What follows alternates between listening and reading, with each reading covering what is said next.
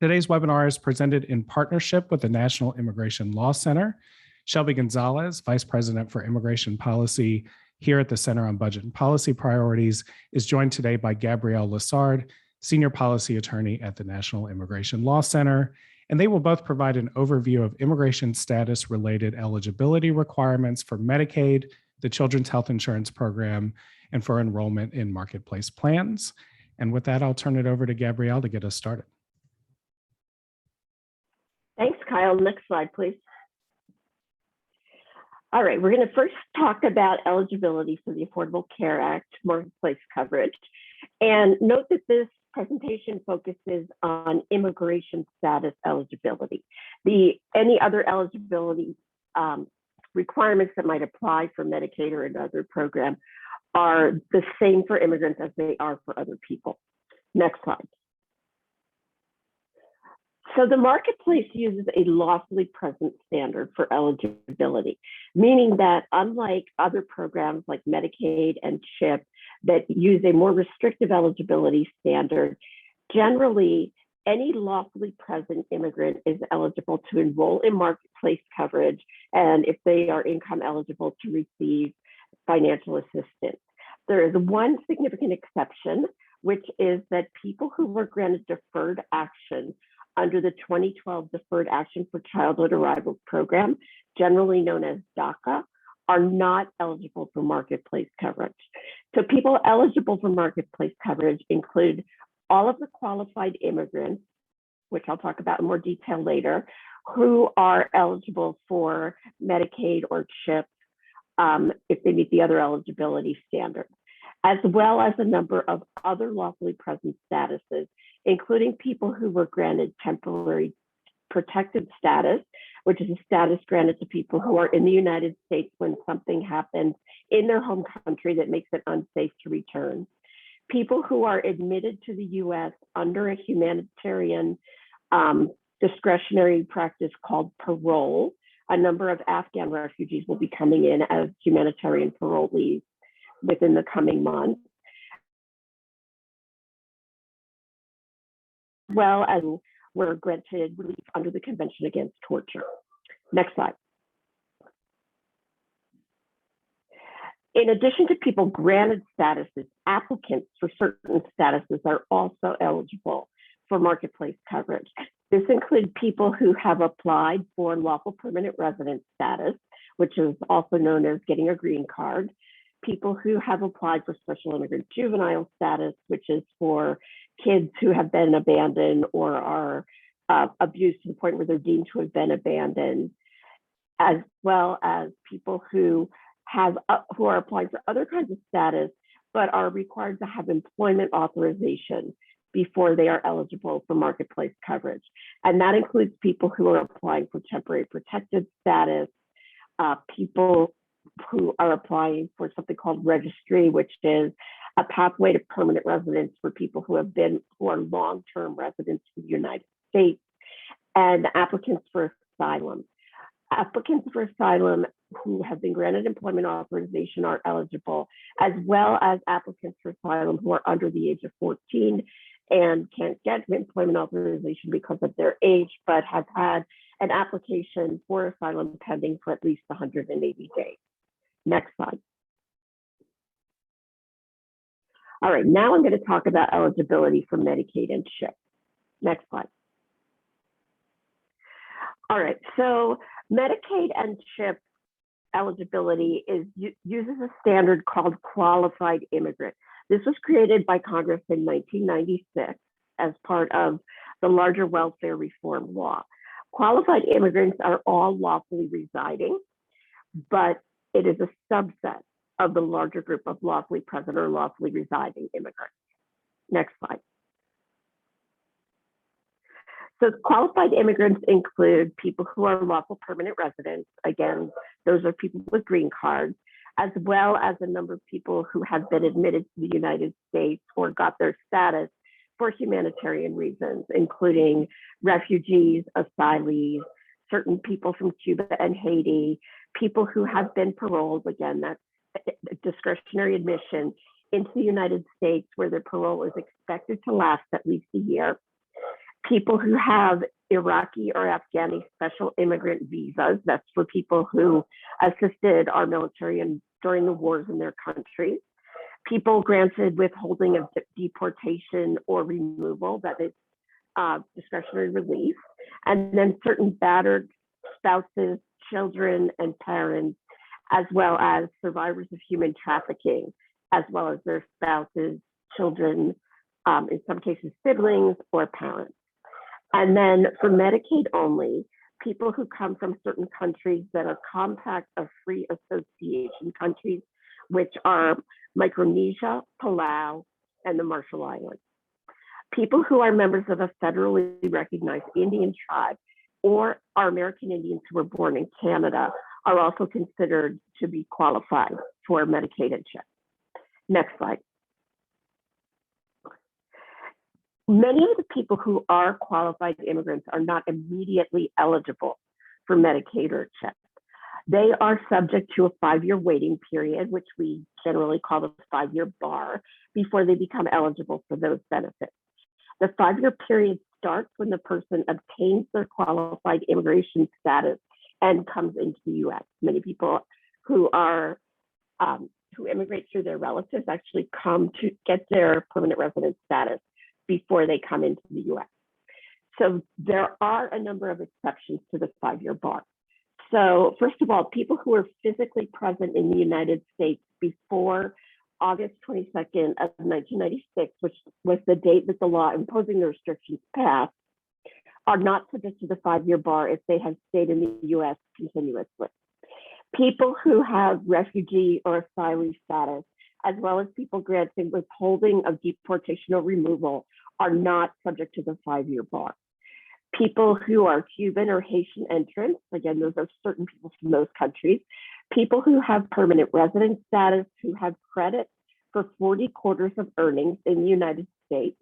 That is essentially 10 years of work, but people can get it through their spouse's work. And then people who are granted that special immigrant visa status, as well as certain Afghans who are paroled into the United States during the time period that they are applying for that status, or under certain cases, humanitarian parole. People who are survivors of trafficking or domestic violence who are otherwise eligible, and qualified immigrants who are veterans or on active duty in the military, as well as their spouses and children. States also have the option to cover children and people who are pregnant who are lawfully present, so broader than that qualified eligibility, immigrant eligibility status, and without a 5-year bar. And many states have taken up this option, and it does provide federal matching funds.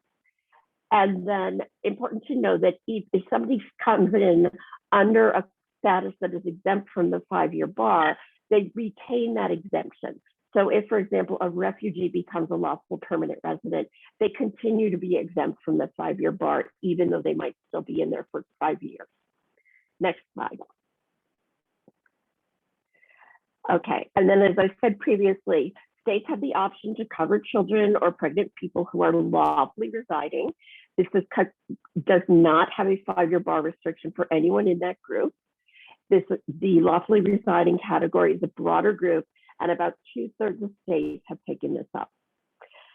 Then also under a separate option, under CHIP, states can provide pregnant people with certain medical services, including prenatal care, regardless of their immigration status. There's an additional option for states to use their own funds to cover people who don't meet the federal eligibility status. So some states cover people in those categories under what's called PRU-CAL, or permanently residing under color of law. Other states, particularly for children, cover everyone who is a resident and otherwise meets the income status, regardless of their immigration status in their Medicaid program. Next slide. Now, in order to get marketplace coverage or Medicaid or CHIP, the person needs to be a resident of the state. So that, for example, a person who is on a tourist visa, even though they are lawfully present, is required to have a residence in another country and to commit to returning there So they would not be able to establish residency generally to be eligible for the benefits.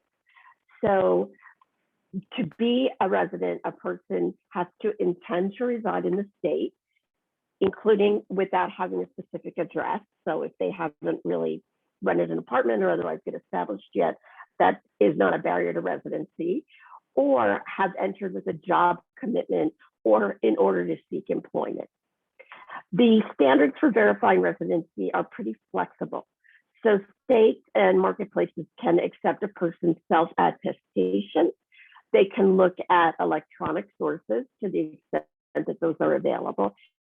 And they are not permitted to use evidence of immigration status as a way of establishing the person's residence or non-residency.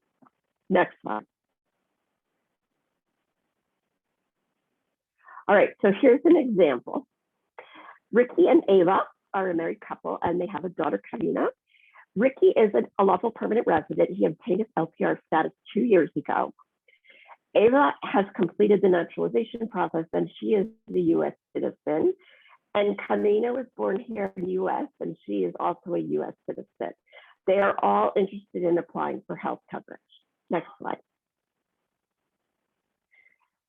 So Ricky is applying for coverage, but he's been an LPR for 2 years. So he is subject to the 5-year bar.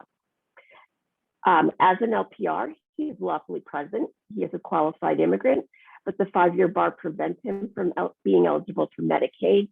He is, however, eligible for a qualified health plan through the exchange. Ava is also interested in applying for coverage. She is a citizen, so we're not worried about her immigration status or the 5-year bar. So she might be eligible for either Medicaid or a qualified health plan through the exchange. And Karina is a citizen. So again, we don't worry about the 5-year bar. And she might be eligible for either Medicaid or CHIP or a QHP, depending on the household income. Next slide.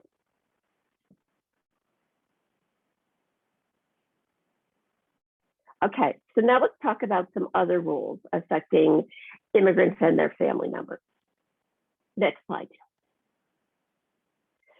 All right, so if you remember from some of the earlier sessions, premium tax credits, the financial assistance people get paying for their monthly premiums through the Affordable Care Act exchanges, is for people who have incomes between 100 and 400% of the federal poverty level. The 400% upper limit has been suspended currently by the American Rescue Plan Act.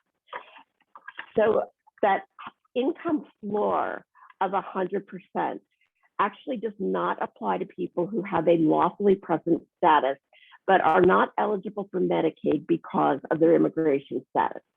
So this would include people who don't have a qualified immigration status, or like Ricky in the previous example, have a qualified immigration status, but they are subject to the 5-year bar and they have not yet completed that waiting period. So many people who have a lawfully present status and have income below 100% of the federal poverty level are actually eligible for premium tax credits and cost sharing reductions in conjunction with the purchase of Affordable Care Act plans. Next slide. So here's an example.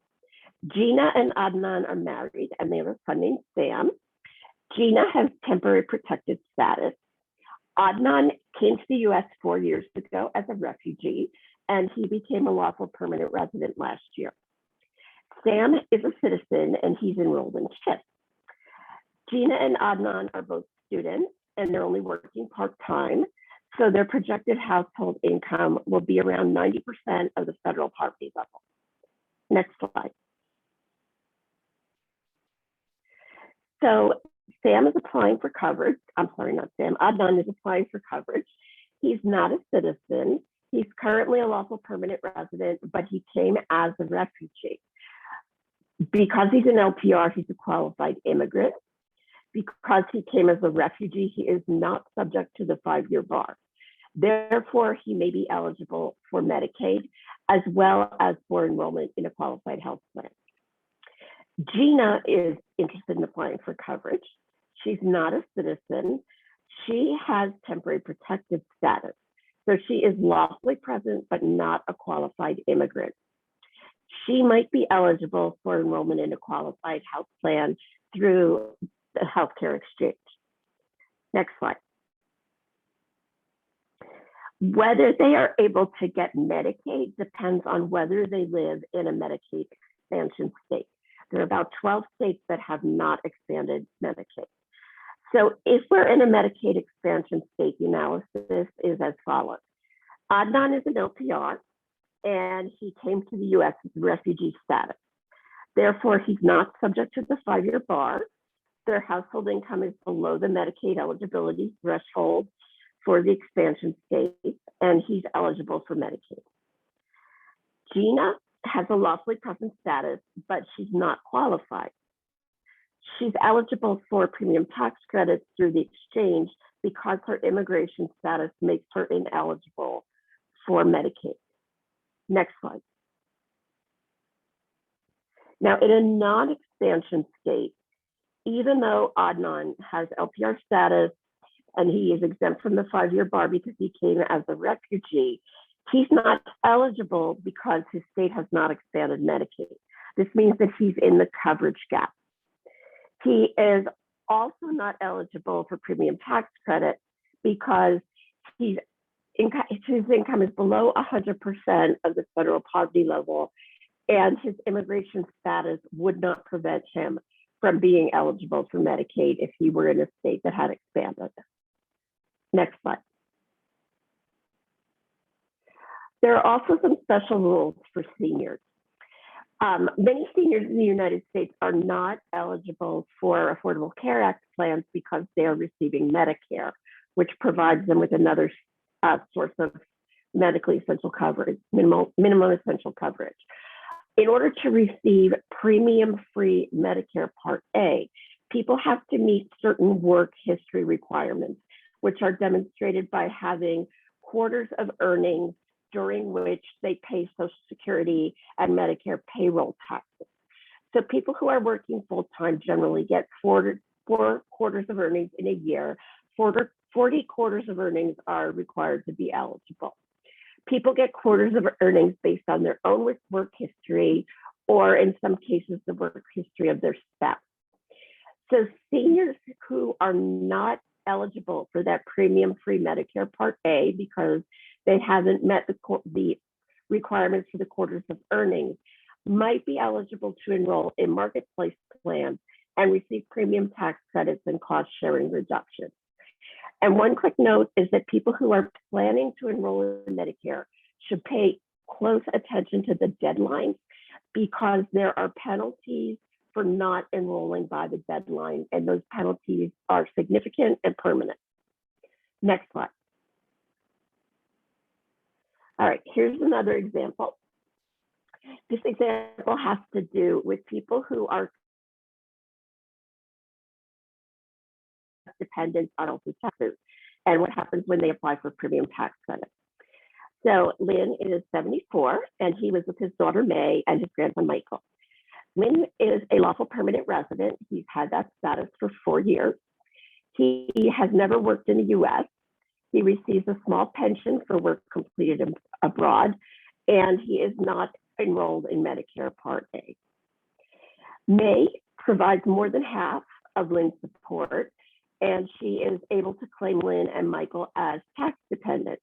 Her household income is about 200% of the federal poverty level.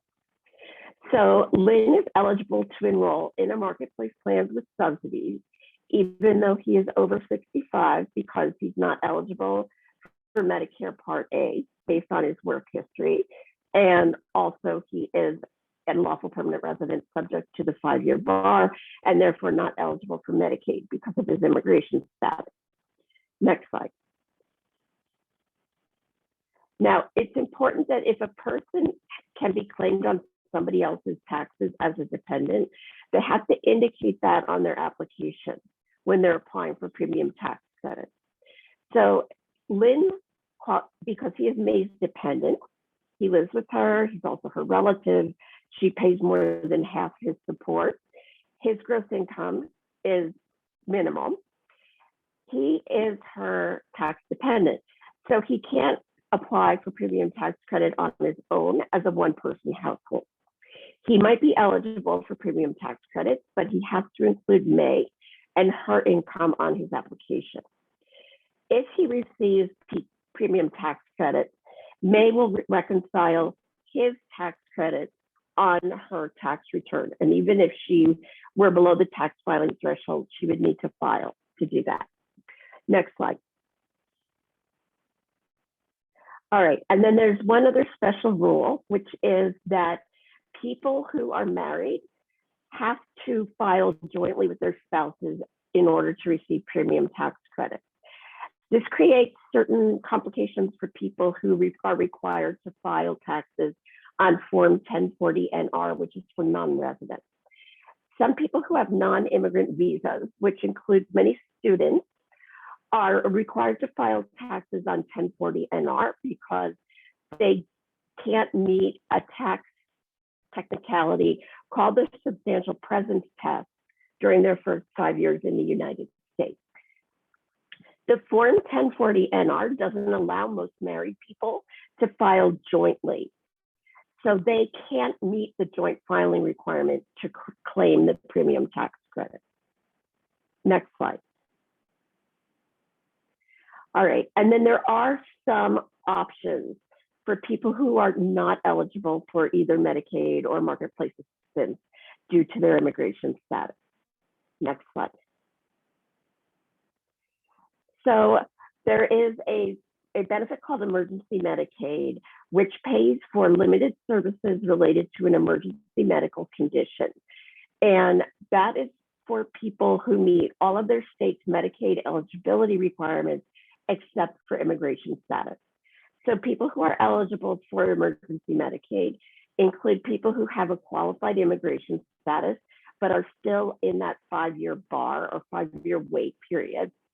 People who are lawfully present, but do not have a qualified status, such as people who have temporary protected status, people who are undocumented, and people who have DACA, Deferred Action for Childhood Rights. Next slide. And then people who are undocumented or have DACA are, again, not eligible to purchase qualified health plans in the federal or state marketplaces, even without receiving any financial assistance. They are able to get coverage either through an employer, a family member, or by going directly to an insurance company or broker and purchasing their coverage outside the marketplace. People who are undocumented often don't have social security numbers, and they may be asked to provide a social security number or other tax identification number, or as just a way of identifying them. These are not required, even though sometimes brokers think they are. And not having these identification numbers should not prevent them from becoming or staying enrolled in insurance. Next slide. And one more. Okay, even though they're not eligible to purchase qualified health plans, people who are undocumented or who have DACA can get health insurance through their eligible family members or by being part of the household of an eligible family member. Now, again, if that tax filer is applying on behalf of their eligible family members, they're required to file a tax return. And if they are not eligible for a social security number, they have to file a tax return. They can file a tax return using a special number called an individual taxpayer identification number. And I think I just misspoke. What I meant to say is people who are not themselves eligible for a qualified health plan can apply for their eligible family members, such as citizen children. And then there are some health programs that are eligible for people regardless of their immigration status. Next slide. Okay, programs that don't restrict eligibility based on immigration status include programs that are using federal healthcare block grants. And these include mental health, maternal and child health, family planning programs, and public health programs for the prevention of communicable diseases, including immunization. Programs that are providing health services that are necessary to protect life or safety, including the emergency medical programs, food or shelter programs, there's some mental health crisis services, domestic violence assistance, assistance for crime victims, or disaster relief, hospital financial assistance programs or charity care, and then community health centers, which includes federally qualified health centers, and migrant health centers see people regardless of their immigration status. And there are additional programs in some states that are funded, again, by the states paying their own money. Next slide. Health services related to COVID are available to everyone. Everyone can receive COVID-19 vaccination free of cost, regardless of their immigration status. People without health insurance can access COVID-related testing and treatment free of cost with providers who are enrolled in a COVID-19 uninsured program that is operated by the Health Resources and Services Administration. Providers are not allowed to condition eligibility for these services based on a person's immigration status or their ability to provide a Social Security number. However, providers will ask for Social Security number or other documentation because it facilitates the reimbursement through that HRSA program. Next slide. And that wraps it up for my section. I'm going to turn it over to Shelby now. Thank you so much, Gabrielle. Really appreciate you joining us today. I'm going to start off by talking a little bit about public charge. There's some news in this public charge front that I think a lot of people will want to know about. Next slide. So there was a rule change that occurred in 2019 to public charge, and that rule is no longer in effect. So let me back up for a second. For those of you who don't follow immigration law, because there's a lot that you're already doing on the healthcare front, immigration law generally, when an individual is either adjusting their status here in the US to become a lawful permanent resident, or if somebody is coming in from outside of the US, a lot of people have to go through what's called a public charge, I would say assessment, like sometimes referred to as a test. And basically what that is trying to accomplish is trying to figure out whether or not this is an individual who's going to rely on the government for subsistence. And for a very long time, there was a set of rules that that were utilized, or a set of policies that were utilized that we oftentimes refer to as a 1999 field guidance. And that was what was utilized to decide when an immigration attorney was evaluating whether or not somebody was potentially going to become a public charge. They utilized this 1999 field guidance. And then there was a very radical change to that policy in 2019 through a rule change. And now, you know, well, because of that, there was a lot of fear that was created, and a lot of people were, you know, foregoing benefits, including programs like Medicaid and CHIP and others, because they were afraid that that could maybe somehow affect their own ability to overcome a public charge assessment in the future, or that it might impact somebody in their family status. Well, that rule that was very frightening and was radically changed, that rule is no longer in existence. That rule is no longer applicable in any way. Back to old 1999 field guidance, that is how the policy has been implemented for decades. So really important for you to think about from the perspective of helping individuals apply for health insurance programs is that none of the programs that you're going to be helping people apply for are going to be negatively factored into public charge assessments. And this includes premium tax credits and cost sharing reductions to offset the cost of ACA marketplace coverage. It includes the children's health insurance programs. It includes the vast majority of Medicaid. There's one exception for Medicaid, which is limited when an individual, him or herself, not their family members, but him or herself, if they are getting long-term care in a facility such as a nursing home and the government is paying for it. So let's say Medicaid is paying for an individual for, that's oftentimes the case, right? That might come up. That individual who's in the nursing home with Medicaid paying for it is an individual that may have a negative, it may become negatively factored in if that individual is later on going to try to adjust their eligibility status.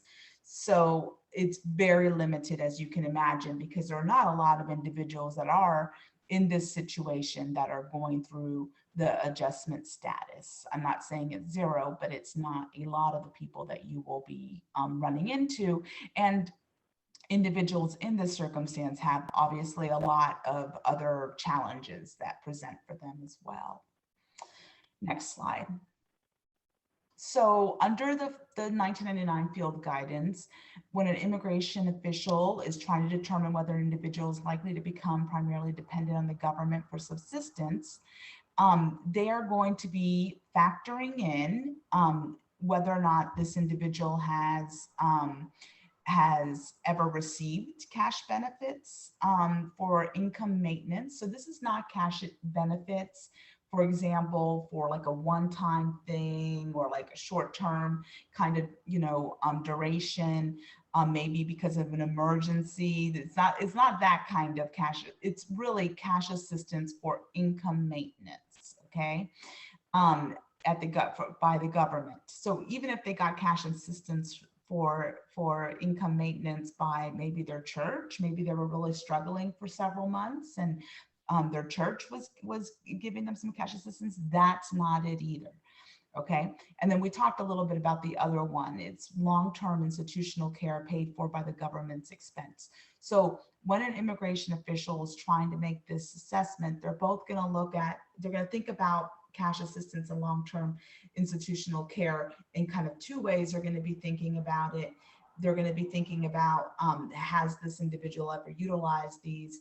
And if they have, that's a negative factor. Doesn't necessarily mean that they are, forget it. We're not going to say yes to this person because there's other factors that come into play as well. And then they're also thinking about it. How likely is this person to ever need these kinds of services into the future? So next slide, please. So immigrants and their families have really faced a lot of hardship during the COVID-19 pandemic, and including going without access to medical services. And a lot of folks have been struggling.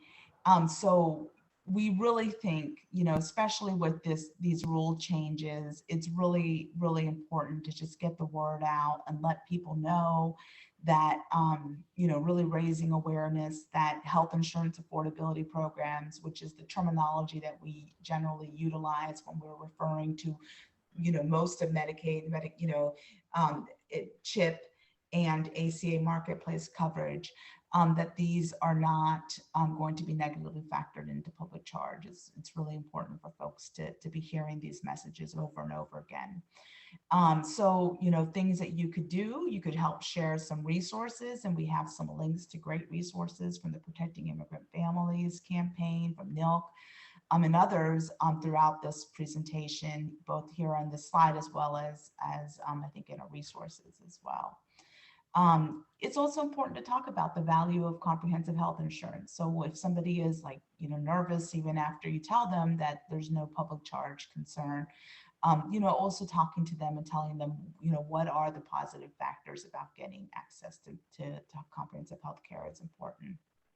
And it's really important to talk to them a little bit about the privacy protections related to information that they share in the enrollment processes for these benefit programs. And I'm going to tell you a little bit more about those in a minute in the next slides. Next slide.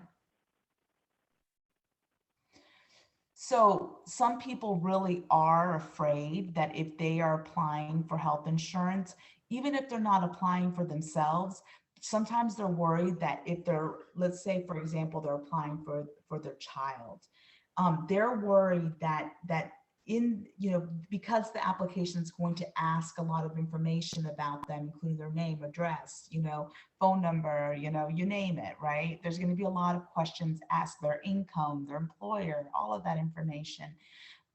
Even though they're not applying for themselves or applying for their child in this circumstance. People are worried that if they provide this detailed information in an application that is affiliated with the government, either the federal or state or local governments, they're afraid that that information can then later on be utilized against them.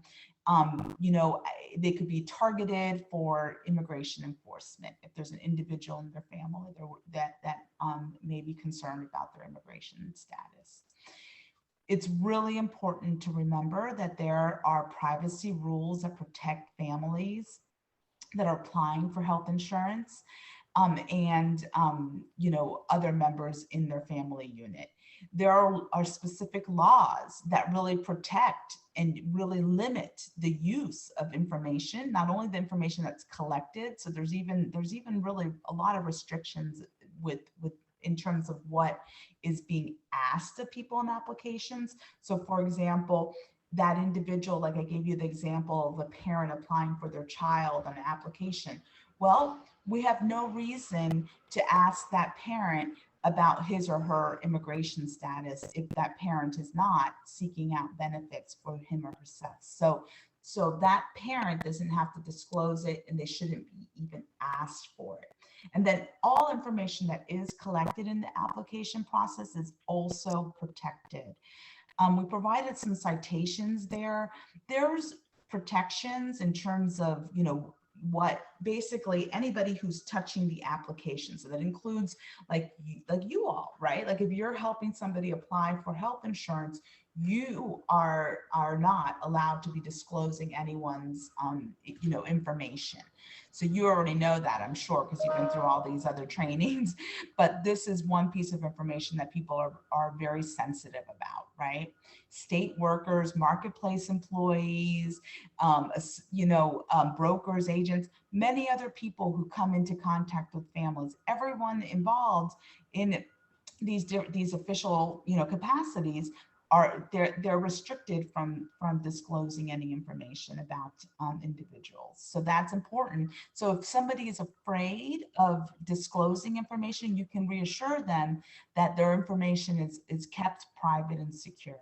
And more information about these, about how to talk to families about privacy concerns are in these tips that are by NILC. The organization that Gabrielle works for. Next slide, please.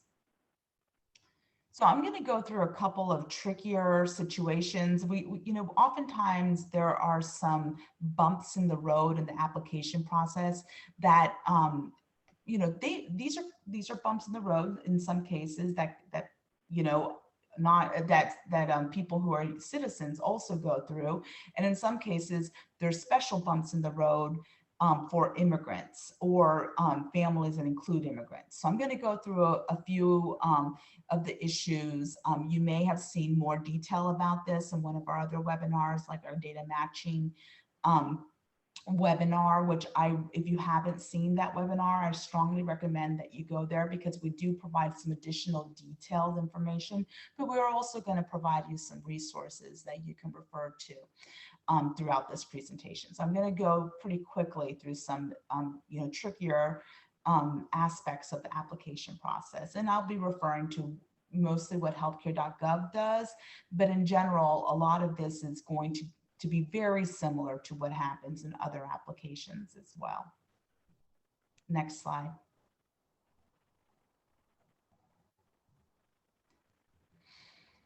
So when individuals are completing applications, they are are told they must provide truthful, accurate information, and a lot of the information that they provide is taken, by that self-attestation, right? So I provide my name, I provide my address, that is self-attestation is accepted. There are other factors that must be verified electronically, and both citizenship and immigration status are factors that must be verified either electronically, or in the case of citizenship, also it can also be verified through paper documents. So the way that this generally works is that applicants provide their social, and we're talking about applicants. When I say applicants in this part of the presentation, I'm really talking about the person who's seeking benefits for him or herself. Remembering that if I'm seeking benefits for my child, I'm not the applicant's my child. So the person who's applying for benefits, or the people that are applying for benefits, are who we are talking about. They're going to have to provide a social security number, or in some cases, they just need to provide an immigration document number. And those numbers are utilized by the application. They begin, there's in the background of the application shoots that information out to different data sources. For citizenship, the first step in the process is that they will shoot that information out to the Social Security Administration, and the Social Security Administration will say, I can substantiate the claim of citizenship, or I can't. And then if they can't, then that information is going to be sent to the Department of Homeland Security to see if this is an individual who maybe is a naturalized or derived citizen. In the case of an immigrant, that right from the start that person's going to put in their immigration document numbers, that information is sent to the Department of Homeland Security SAVE system, and the SAVE system is going to also see if it can also say, yes, we are going to substantiate that person is it meets the marketplace's eligibility requirements to enroll based off of immigration status. Next slide. So let's walk through the steps and for citizenship first. So the person puts in their social security number, the applicant attests to being a US citizen. So they're going to be asked this question that we have a screenshot of over here to the right. Healthcare.gov verifies it through Social Security Administration records. And if SSA can substantiate it, the attestation of citizenship, the applicant is all good to go.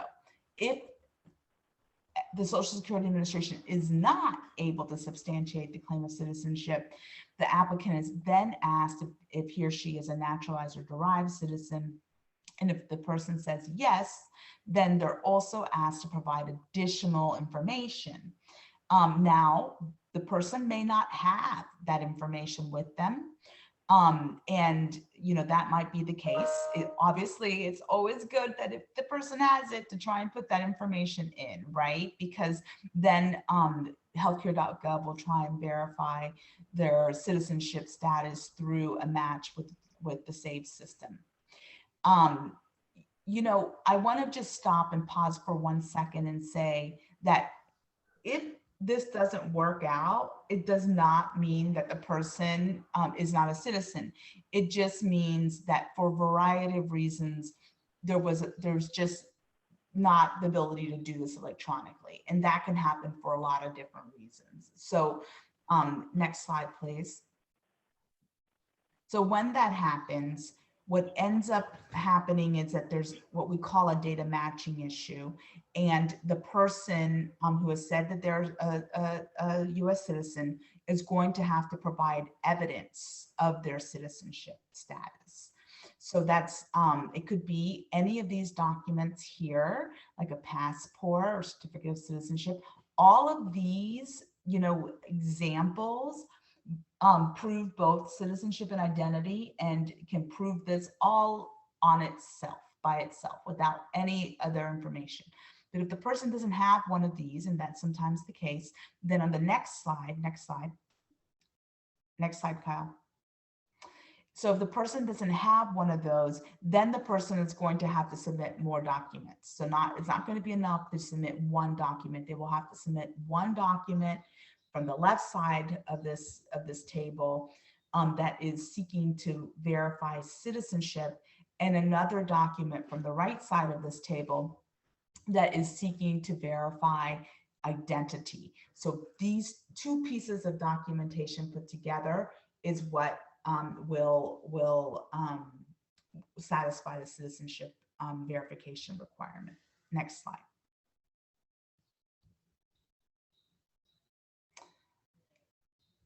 So for immigrants, we have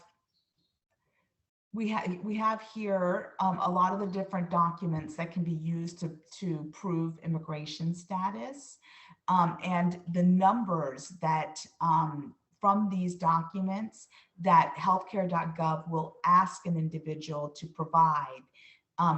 You know, so if I'm an individual, I'm going through the application, healthcare.gov is going to say, you know, select from these different document types, which kind of document you have. So I've said I'm an immigrant. I've selected a document that's on the left side of this table. And then therefore, after, you know, they're going to say, give me one of these, give me these numbers based off of which document you've selected. So on the right-hand side is what number they're going to ask the individual to get. Next slide. There's just more examples here. Next slide. So it's kind of tricky. This is tricky business because, you know, I made it sound pretty easy, right? Like on the left side, here's the document type that an individual might have. And on the right side, here's the number that an individual is going to get. But what you're going to find is that it's going to be a little bit of a challenge sometimes, because even though healthcare.gov might be requesting, you know, they might say, you know, I'll say in air quotes, alien, you know, number, they might be asking for that. That is not how the document is going to always label that piece of information. So we've given some examples here that, you know, in this case, we have an example of a lawful permanent residence, you know, document that's oftentimes referred to as a green card. And here they're asking, they label the number USCIS, and then they provide this number. And that is the number that, you know, that quote unquote alien registration number that healthcare.gov is going to be asking for. Sometimes there's other labels. So this is not super easy. It can get tricky. Some of the older cards are even more difficult to decipher. So I'm not going to go through all of these different iterations because it would take many hours, right, to kind of go through all of these. But we did provide a link to a resource here on this slide. And healthcare.gov also has some resources. So it gives some kind of, you know, different iterations in this resource. Like this is how the slide might look. They might be asking for this, but it might be, you know, it might be this number that starts with the, you know, these different numbers first, or here's what you do if they're asking for a number that has 9 digits, but the number of the card that you're looking at has 7. Like all of those kinds of things are tricky. And that's why we provide a whole resource on it, because it's a little bit, you know, it's hard for anyone to memorize any of those things. Instead, having access to that resource, I would just print it up and have it ready so that you're ready and able to look it up when somebody comes for help. Next slide. So I'm going to go through as quickly as I possibly can, kind of an application process that kind of gets complicated for some individuals that are immigrants, because the policy is kind of complicated. And Gabrielle went through an example of a family that I'm talking about that might run into some challenges in the application process. So what I'm talking about is that there are individuals that are eligible for premium tax credits, even though their income is below the federal poverty line. So generally people are not eligible for premium tax credits when that's the case. But if they are an individual who's lawfully present, so they meet the lawfully present standard, but they're ineligible for Medicaid due to their immigration status, and as Gabrielle showed you, there's a lot of people that fit that circumstance. Maybe they're a lawful permanent resident, but they haven't been here for 5 years. So there might be a lot of reasons why they're ineligible for Medicaid based off of their status. This group is eligible for PTCs even if their income is below the poverty line. But for this group, it's going to be sometimes tricky to get the right application, to get the application to give the right eligibility determination. So for people with incomes that would qualify them for Medicaid, the marketplace must verify that the applicants are ineligible for Medicaid based off of their immigration status before determining their eligibility for subsidies. So if healthcare.gov can't electronically verify an individual's immigration status through SAVE in real time, and by real time, I mean while you're completing the application, that person will get an immigration status data matching issue. And as a result, one of two things are going to happen, right? So if this individual otherwise appears eligible for Medicaid based off of income and all other factors, oftentimes you see this in the states that have expanded Medicaid, right? What will happen is that individual will then oftentimes be sent to Medicaid.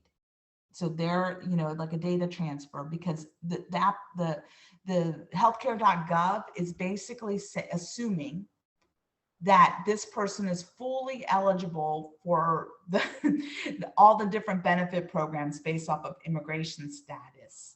That's kind of the overarching assumption when there's a DMI, okay? So if they otherwise appear eligible for Medicaid, off they go to Medicaid, okay? If the individual has income below the federal poverty line, but appears not to be eligible for Medicaid, and oftentimes what we're talking about here is in those 12 states that have not expanded Medicaid, right? That individual is going to appear to look like they are ineligible for Medicaid because they're in the coverage gap. That individual is going to stay at the marketplace, right? They're going to be told, we're going to assume that you're fully eligible for Medicaid based off your immigration status until proven otherwise, basically is what's happening, okay? So they're given the opportunity to enroll in a marketplace plan with no PTC or cost sharing reductions. And hopefully they're also asked to provide proof of immigration status.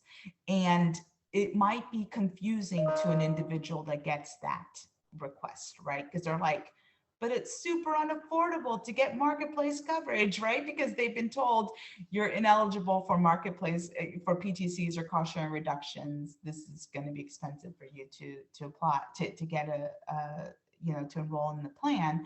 And also, by the way, give us your documents, right? Give us something that proves your immigration status. So that's what's going to happen to a lot of people. And you need to take additional steps. So they need to take additional steps to get the right eligibility requirement when this happens. It doesn't happen to everybody, right? When there is no DMI, then we're all good. When it should occur, everything should work out. But when there's a DMI, we're going to go through a little bit longer of a path. Next slide. So we're going to go through the scenario first that a person appears to be eligible for Medicaid. So this is an example where, let's say I'm from Virginia, the state that has expanded Medicaid, and I have put in all my information, my income, maybe it's at 105% of the federal poverty, or no, let's say my income is at 99% of the poverty line or 95% of the poverty line. The marketplace assesses or determines the applicant is eligible for Medicaid, and the case is sent to the Medicaid agency for further eligibility review. including verification of immigration status. The Medicaid agency notifies the applicant that proof is needed, including, but not limited to immigration status. There might be, in some cases, the state does not think that whatever was done to verify income at the marketplace is sufficient. So the state might ask for more than one piece of proof. They might say, we need income, we need immigration status, all of that.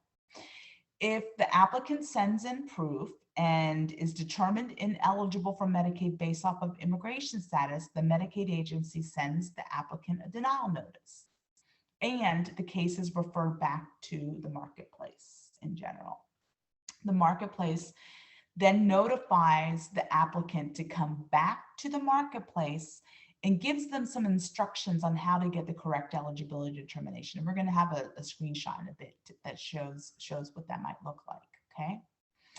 So then the applicant's very tenacious and they stick with it through all of this. The applicant returns to the marketplace. They're going to indicate that they have been denied Medicaid based off of their immigration status, and they will provide information to establish eligibility, and then they will get the correct eligibility determination for PTC and C cost share reduction. So easy. This is why it's so great that you all are helping people, right? Because this is not really seamless or really super consumer friendly. And a lot of times people really need a lot of help to get through this. So I thank you. Thank you, thank you, thank you for doing what you do. And here's the next process. So now we're going to go on the next slide. Next slide. Oh, first we're going to show you this. These are the questions that are going to come up that I mentioned beforehand. So Medicaid or CHIP, was this person found to not be eligible for for Medicaid, right? And a couple of other questions. So I would note that the date you will see, it says 2016, right? So that's generous. That's really good, right? Because that means that if this person was denied eligibility based off of their immigration status within that time period, that person tells you that, you could utilize these questions and answer them accurately, as long as you're 100% sure that they are accurate and that they're still true, right? Because immigration status does change. So you want to make sure that the individual has been denied eligibility based off their immigration status, if you're going to say that. And you're going to want to make sure that the person, has not had some kind of status change. So you have the right questions there, that prompt you to provide that accurate information. Next slide. So this time we're going to go through the situation where a person is treated as if they're in the Medicaid coverage gap. So this is the case where their income is below 100% of the federal poverty line and they don't otherwise look eligible for Medicaid. Now, this is what generally happens in states that have not expanded Medicaid. However, not everybody in states that have expanded Medicaid are going to go through this route. There might be people who are parents or they're caregivers, and they meet that, they look like they're eligible based off of their income for that, that kind of coverage. So there are going to be people in states that have expanded Medicaid that go through that other process that I just walked through. But a lot of people in states that haven't expanded Medicaid will go through this process. The marketplace will determine that the applicant can enroll in coverage without premium tax credits. They will notify the applicant that he may qualify for help paying for coverage, but that proof of status is needed to make that determination. If the applicant sends in that proof, the case is sent to a special unit for healthcare.gov that is going to determine if the person is eligible for Medicaid under Medicaid rules for their state, because there is a little bit of variation sometimes, right? If determined ineligible for Medicaid based off of their immigration status, then the marketplace will send the applicant a notice letting them know that they're eligible for subsidies and that they're eligible for a special enrollment period as needed, because as you can imagine, this all could take some time. The applicant then returns to the marketplace to select a plan with premium tax credits and cost sharing reductions, and will be granted an SEP if they need it. Next slide. Here we have a lot of great resources for you. I've talked a little bit about some of them and throughout the presentation, but there are others here as well, and we really recommend you maybe even keeping this slide with these live links close by, because you never know when you're going to need to refer to them as you're helping families. Next slide. And I will turn it over to Kyle, and thank you once again for all the work that you do to help people get enrolled in coverage. Yes, thanks to everybody listening to this webinar today. And thank you to Gabrielle and Shelby for that excellent presentation. As a reminder, we will be distributing the materials from today's session via email, and we'll post everything to our Beyond the Basics website. That's www.healthreformbeyondthebasics.org. On this screen here, you can see a list of our upcoming webinars.